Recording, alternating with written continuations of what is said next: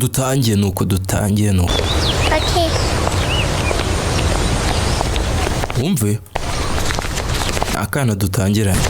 Umwana yahaye urupapuro se. It's the sweetest daddy in the world. Akana kandikiye papa we ati papa wanjye ni umuntu mwiza kuri iyi si. He is the most handsome. Ndetse papa wanjye ni umuntu w'ibogari ararenze. Buri mwana wese abazi ko papa wari we umuntu urenze. The most clever. Ikindi papa wanjye ngo ni umunyabwenge. Akana niko kanditse n'urupapuro umusaza ari gusoma. He is my Superman. Ndetse papa wanjye ni intwari y'agatangaza pe. Ahamubera ku ishuri. Well at school. Ahambera ku ishuri. Papa waza kureba amanota kandi iki. Ariko umve he lies. Arabeshya. Numubeshya. Papa wanjye ni umubeshya. Nubwo ari agatangaza ari intwari yanjye akora iki ariko ni umubeshya. Ni ikintu nibyo umusaza ari gusoma. Ndagira ngo mve amagambo akana. He lies. Arabeshya pe. Having a job. Abeshya ko afite akazi. Ambeshya ko afite akazi kandi nta kagira. Dore umusaza yirirwa depoza ahantu hose. Ambeshya ko afite amafaranga. Yarakubiswe nta mafaranga afite.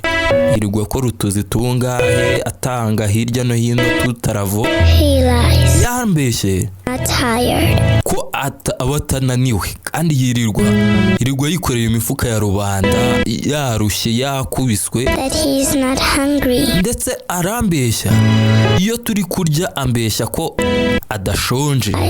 Arambeshya We have everything. Ambeshya ko dufite buri kimwe.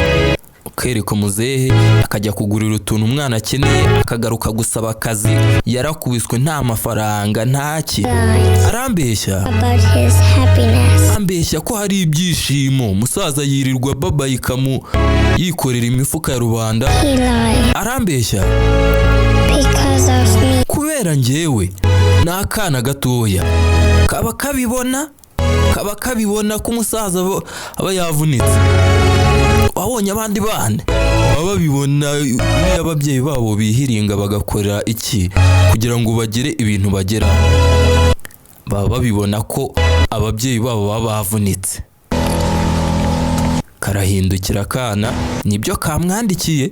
Papa we yarasomye arumirwa. Burya kana ibintu byose kaba kabibona nubwo kaba kijijisha.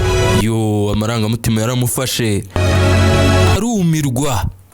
Mbega kana k'akanyabwenge. Ati ngo hazaza h'umwana hakwiye ibitambo byinshi cyane. Nuko kagenze karaga filime k'uyu munsi gatoya ku Nkoranya TV. Ukore subscribe, like, share na comment. Bye bye, ciao ciao.